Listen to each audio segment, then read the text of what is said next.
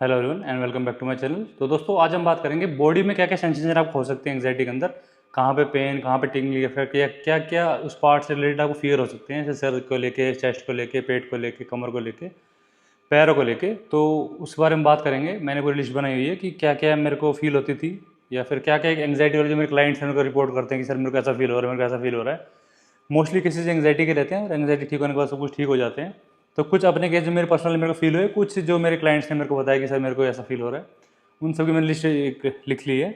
तो ऐसा मतलब जो बॉडी के अंदर सेंसेशन होते हैं उनके बारे में बात करेंगे इस वीडियो के अंदर। ऐसा नहीं कि बाहर जाने डर लगता है या कुछ खाने से डर लगता है, उसके बारे में बात नहीं करेंगे।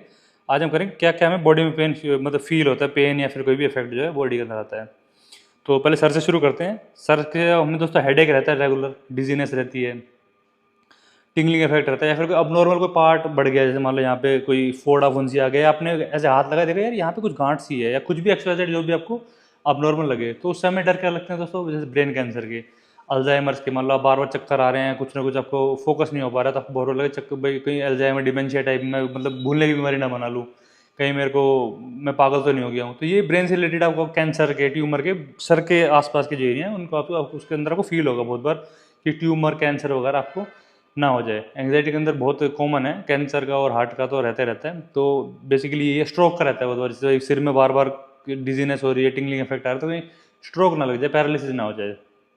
उसको दोस्तों आँख और कान, कान में से तो सीटी की आवाज़, टन टन की चट चट की आवाज़, या फिर कोई लंबी बीप की आवाज़ बहुत बार आती है एंग्जाइटी के अंदर। तो उसमें क्या है, आदमी अनरियल से फील करने लगता है कि यार हो क्या रहा है, मतलब सच में मैं इस दुनिया में हूँ या सपने में हूँ या कहाँ पे हूँ। तो कानों के अंदर से आवाज़ आना, टक टक की आवाज़ आना, चुटकी बजना, सीटी बजना, इन सब की आवाज़ आना कानों के अंदर बहुत ही नॉर्मल है एंग्जाइटी के अंदर, और एंग्जाइटी के साथ साथ ये भी ठीक हो जाते हैं। उसके बाद आँखों में दोस्तों, आँखों में ब्लरनेस आता है, जैसे मान लो देख रहे हो कहीं पे फोकस नहीं कर पा रही, तो ये क्या हो एकदम से, कोई झटका सा लगा एकदम से, या फिर हॉट फ्लैश टाइप एकदम से आ गया आपकी आँखों के सामने, कुछ चमका एकदम से। भाई एक बार मेरे साथ हुआ था कि मान लो सडनली लाइट की वोल्टेज अप एंड डाउन हुई थी, तो मेरे को लगा कि मेरी आंखों को दिक्कत आ गई है। तो मैंने मम्मी से पूछा, मम्मी अभी कुछ लाइट ने झपका मारा या कुछ लाइट कट हुई थी? बोला हाँ हुई थी अभी। मेरे को तब विश्वास हो कि हाँ मेरे आंखों से कोई दिक्कत नहीं है, ये नॉर्मल इलेक्ट्रिसिटी में, मतलब बिजली के अंदर कोई दिक्कत आई थी। तो ऐसा आप हर चीज़ की जो बाहर हो रही है अंदर हो रही है, आपको खुद के ऊपर फीलिंग आएगी उसकी, भाई हाँ मेरे साथ कोई ना कोई गलत ना हो जाए। बार बार डर लगा रहा है किसी बड़ी हेल्थ प्रॉब्लम का, ये एंग्जाइटी के अंदर नॉर्मल केस है।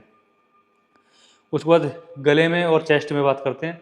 दोस्तों गले में टाइटनेस रहना, सफोकेशन होना, भी गला कहीं चुभ रहा है, कुछ दब दब रहा है गले के अंदर से, मतलब सफोकेशन या फिर थ्रोट कंजेशन जो बोलते हैं वो होना, उससे आपको बहुत बड़ा डर लगेगा कहीं हार्ट अटैक वगैरह का, या फिर कोई लंप, एक लंप जैसे कुछ ना कुछ फंसा हुआ है थ्रोट के अंदर। मैंने इसके ऊपर एक डेडिकेटेड वीडियो बना रखी है, आप जाके देख सकते हो। तो गोबुलस करके ऐसे कुछ है, उसको टेक्निकल टर्म जो बोलते हैं। तो वो कुछ होता नहीं है, आप एंडोस्कोपी करवा लोगे, हर कुछ सब कुछ करवा लोगे, तब भी आपको गले में कुछ ना कुछ फील होगा, कुछ ना कुछ फंसा हुआ है, या फिर गले के अंदर टाइटनेस रहेगी।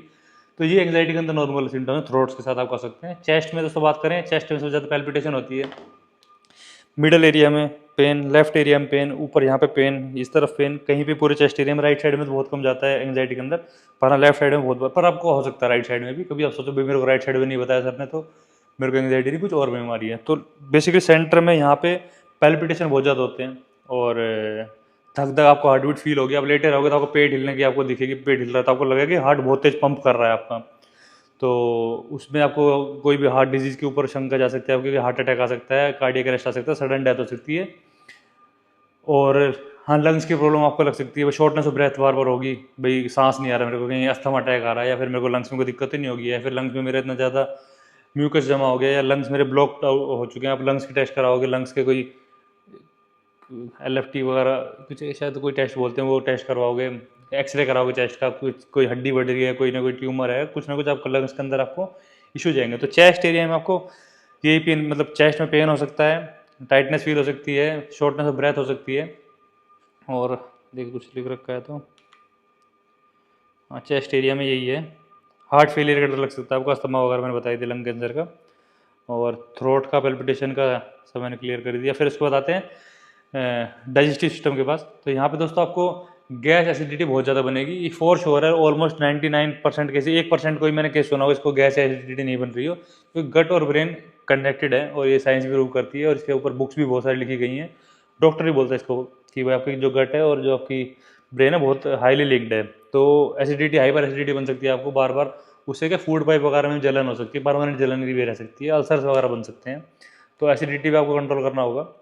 और आपको पैनक्रियाटिक कैंसर का सिम्टम्स लगते हैं, भाई पैनक्रियाज में कैंसर तो नहीं है, लेफ्ट साइड में स्प्लीन में कोई दिक्कत तो नहीं है, राइट साइड में हो रहा है, सेंटर में हो रहा है, तो आपको चेस्ट की नहीं है तो आपको लीवर में कैंसर तो नहीं हो गया, लीवर सिरोसिस तो नहीं हो गया, फैटी लीवर तो नहीं हो गया, स्टमक में अल्सर तो नहीं हो गए हैं, और आपको गोल ब्लैडर में स्टोन तो नहीं है।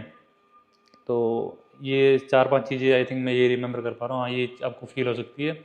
उसके बाद क्योंकि हमको पढ़ाई ये गया ना कि ये बीमारियाँ होती है, बीमारी तो हजारों, और ये ऐसा नहीं कि यहाँ पे हार्ट है, यहाँ पेट है, यहाँ किडनी है, ये सारे चिपको हैं आपस में, किडनी, हार्ट, स्टोमक, छोटे से एरिया में पैक करके बहुत ही तगड़ा पैकेज बना रखा है भगवान ने। ऐसा नहीं कि अलग अलग जगह फेंके हुए हैं, बहुत ही पास है। और इसलिए डॉक्टर भी रूल आउट नहीं कर पाता बहुत बार कि चेस्ट में पेन हार्ट का रिलेटेड है, लंग से रिलेटेड है, फूड वाइप से रिलेटेड है, विंड वाइप से रिलेटेड है, या स्टोमक की दिक्कत है, स्प्लीन की दिक्कत है, पैनक्रियाज की दिक्कत है। उसके बाद फिर आता है दोस्तों कोलन। भाई जैसे कॉन्स्टिपेशन रहता है या आपको डायरिया मतलब दस्त वगैरह लग जाते हैं, तो उसमें आपको लूज मोशन लग रहे हैं, तो उसमें आपको कोलन कैंसर का डर लग सकता है, भाई कहीं मेरे को हुआ ना कोलन डिजीज, प्लोइम्स वगैरह होते हैं कोई, मैंने उस टाइम जब मेरे को हुई थी तो मैंने बहुत बार सर्च किया था, फिशर्स वगैरह, इन सब का डर लगा रहेगा कहीं मेरे को कहीं रेक्टल कैंसर ना हो जाए या फिर कोलन कैंसर ना हो जाए। अब मतलब बहुत कुछ सर्च कर गए रहोगे आप, लार्ज इंटेस्टाइन के जो लास्ट कोलन एरिया रहता है उसके अंदर आपको डिजीज का डर लगेगा। उसके बाद दोस्तों आता है हमारा जो रिप्रोडक्टिव सिस्टम, उसके अंदर आपको बहुत बार फीलिंग नहीं आएगी, मतलब एक तरीके से बोलते हैं बहुत से लोग, एक मेरे साथ एक क्लाइंट है बोलते हैं सर मेरे को सेक्सुअल फीलिंग नहीं आती है, तो ये प्रॉब्लम आपको आ सकती है। एंग्जाइटी के अंदर बहुत नॉर्मल है, और वो सारे आप जांच करवा लोगे, हार्मोनल जो जांच है वो करवा लोगे, सब कुछ करवा लोगे, पर आपको बीमारी कुछ मिलेगी नहीं। तो वो थोड़ा सेक्सुअल प्रॉब्लम आपको आ सकती है इसके अंदर, एंग्जाइटी के अंदर कोई बड़ी बात नहीं है, और वो एंग्जाइटी के साथ साथ ठीक हो जाती है। बस उसके ऊपर अब थोड़ा आपको CBT वगैरह या फिर कोई भी जो काउंसलिंग वगैरह लेनी बहुत ज़रूरी है, मेडिसिन लेनी बहुत ज़रूरी है। उसके बाद हाथों और पैरों में दोस्तों नमनेस आ सकती है, बेसिकली सब कुछ कवर कर ही दिया है। क्रैम्प्स आ सकते हैं पैर में, हाथ में या थाइज में, तो उसमें आपको लगेगा कहीं ना कहीं मेरे जो है ब्लड क्लॉट्स बन गए हैं या मेरा कोलेस्ट्रॉल बहुत ज़्यादा बढ़ गया है, ये फीलिंग आ जाती है बहुत बार।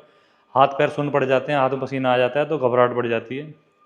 और नखून वगैरह में कुछ अबनॉर्मलिटी, चाहे पीला पड़ गया, कहीं मेरा जॉन्डिस तो नहीं है, या फिर वाइट पड़ रहा है कहीं कहीं से, तो कहीं हमने पढ़ा ना कैल्शियम कमी होती है तो वाइट वाइट पड़ते हैं, तो वो सब चीज़ आ सकती है।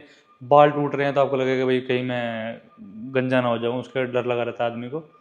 तो मोटा मोटी जो है दोस्तों, हाँ, और अगर मुंह में जैसे, हाँ एक माउथ को भूल गया था, मुंह में अगर आपके छाले हैं तो उसको सर्च करोगे, फोटो खींच के गूगल पे सर्च करोगे, या फिर देखोगे उससे रिलेटेड क्या होता है। ब्लैक स्पॉट कोई कोई बन जाता है कि चबा चबा ना, एक बार जैसे गाल कट जाता है तो वहाँ पे ब्लैक स्पॉट बन जाता है, तो खून ब्लॉक हो जाता है, उस कारण बनता है वो।